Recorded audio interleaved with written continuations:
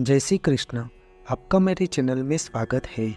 आज हम बात करेंगे हरतालिका तीज का व्रत कब है, इस व्रत का शुभ मुहूर्त और व्रत विधि क्या है और इस व्रत का महात्म्य क्या है, इसके बारे में संपूर्ण माहिती प्रदान करूंगा।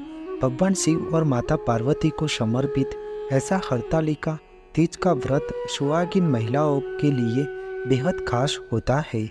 हिंदू धर्म की मान्यता अनुसार इस व्रत के प्रभाव से महिलाओं को अखंड सौभाग्यवती का आशीर्वाद प्राप्त होता है। हर साल भाद्रपद माह की शुक्ल पक्ष की तृतीया तिथि पर हरतालिका तीज का व्रत किया जाता है। यह व्रत मुख्य रूप से भगवान शिव और माता पार्वती की पूजा के लिए समर्पित है। इस बार भाद्रपद माह की शुक्ल पक्ष की तृतीया तिथि की शुरुआत 5 सितंबर 2024 यानी कि गुरुवार के दिन दोपहर 12:21 पर हो रही है और इस तिथि का समापन 6 सितंबर 2024 यानी कि शुक्रवार के दिन दोपहर 3:01 पर होगा। ऐसे में उदया तिथि के अनुसार 6 सितंबर 2024 यानी कि शुक्रवार के दिन हरतालिका तीज का व्रत मनाया जाएगा। हरतालिका तीज का व्रत मुख्य रूप से सुहागिन महिलाओं द्वारा भगवान शिव और माता पार्वती की पूजा की जाती है। यह व्रत कठिन व्रतों में से एक माना गया है क्योंकि इस व्रत के दिन महिलाएं निर्जला उपवास रखती है। सुहागिन महिलाओं के लिए यह व्रत करना अति शुभ माना जाता है। ऐसा कहा जाता है कि इस व्रत को करने से वैवाहिक जीवन खुशहाल बना रहता है। हरतालिका तीज का व्रत हस्त नक्षत्र के दिन किया जाता है। हरतालिका तीज का व्रत मुख्य रूप से अधिकतर लोग राजस्थान, मध्य प्रदेश, उत्तर प्रदेश, बिहार और झारखंड जैसे राज्यों में रखा जाता है। हरतालिका तीज को बड़ी तीज भी कहा जाता है क्योंकि इस तीज से पहले हरियाली और कजरी तीज मनाई जाती है। गुजरात में केवड़ा तीज का व्रत हरतालिका तीज के व्रत के काफ़ी मिलता जुलता है। विवाहित और अविवाहित महिलाएं इस दिन व्रत रखती है और भगवान शिव और माता पार्वती को केवड़ा का पुष्प चढ़ाती है। केवड़ा पुष्प को भगवान शिव ने श्राप दिया था और इसका प्रयोग शिव पूजा में बहुत ही दुर्लभ अवसर जैसे कि केवड़ा तीज के दिन किया जाता है।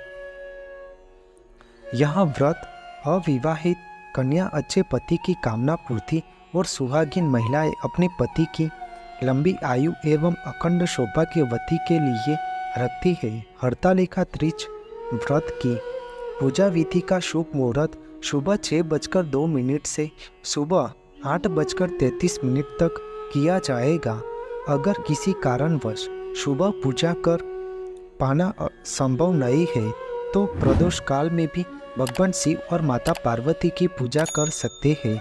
सूर्यास्त के बाद और रात्रि होने से पहले का समय प्रदोष काल कहा जाता है। प्रदोष काल शाम 5:50 से 7:20 तक रहेगा। हरतालिका तीज के दिन दुर्लभ ब्रह्म योग और रवि योग का संयोग बन रहा है। हरतालिका व्रत की पूजा विधि इस प्रकार है कि भाद्रपद की शुक्ल पक्ष की तृतीया तिथि यानी कि हरतालिका तीज के दिन सुबह उठकर पवित्र स्नान आदि करने के बाद भगवान शिव और माता पार्वती का श्रद्धा और विश्वास के साथ नाम स्मरण करना चाहिए।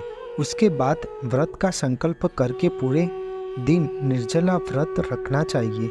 बाद में शाप चौकी पर लाल कपड़ा बिछाकर भगवान गणेश जी, भगवान शिव और माता पार्वती की मूर्ति स्थापित करें।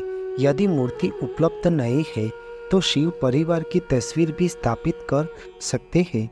भगवान के सामने धूप दीप प्रज्वलित करें, पुष्पमाला अर्पण करें।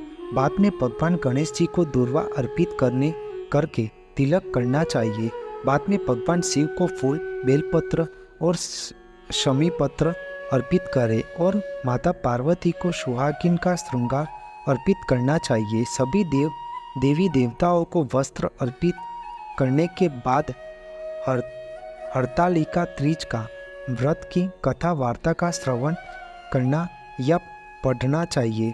इसके बाद भगवान गणेश जी, भगवान शिव और माता पार्वती की आरती उतारने के बाद उनको भोग लगाना चाहिए। इस व्रतधारी को शयन करना निषेध है। इसके लिए उसे रात्रि में भजन कीर्तन के साथ रात्रि जागरण करना पड़ता है। अगले दिन सुबह प्रातःकाल स्नान करने के बाद श्रद्धा और विश्वास के साथ भक्तिपूर्वक किसी सुपात्र सुहागिन महिला को श्रृंगार सामग्री, वस्त्र, खाद्य सामग्री, फल, मिष्टान और यथाशक्ति आभूषण का दान अवश्य करना चाहिए। अगर मिट्टी से बनी मूर्ति या फिर शिवलिंग बनाए है तो उनका जलाशय में विसर्जन किया जाता है और खीरा खाकर व्रत को संपन्न किया जाता है। हरतालिका तीज का व्रत पूर्ण होने के बाद पारना करने का शुभ मुहूर्त 7 सितंबर 2024 यानी कि शनिवार की सुबह 6:14 से 7:15 तक किया जाएगा। हरतालिका तीज का महात्म्य यह है कि इस दिन सुहागिन महिलाएं अपने पति की लंबी आयु के लिए निर्जला व्रत रखती है। यह व्रत माता पार्वती ने भगवान शिव को पति के रूप में पाने के लिए किया था। कठोर तपस्या के बाद ही माता पार्वती को भगवान शिव पति के रूप में मिले थे। तब से ही सुहागिन स्त्रियां अपने पति की लंबी आयु के लिए हरतालिका तीज का व्रत रखती है। आपको मेरी यह माहिती अच्छी लगी हो तो मेरे चैनल को लाइक, शेयर, कमेंट, सब्सक्राइब करें और बेल आइकन को दबाना ना भूलें। जय स्वामीनारायण।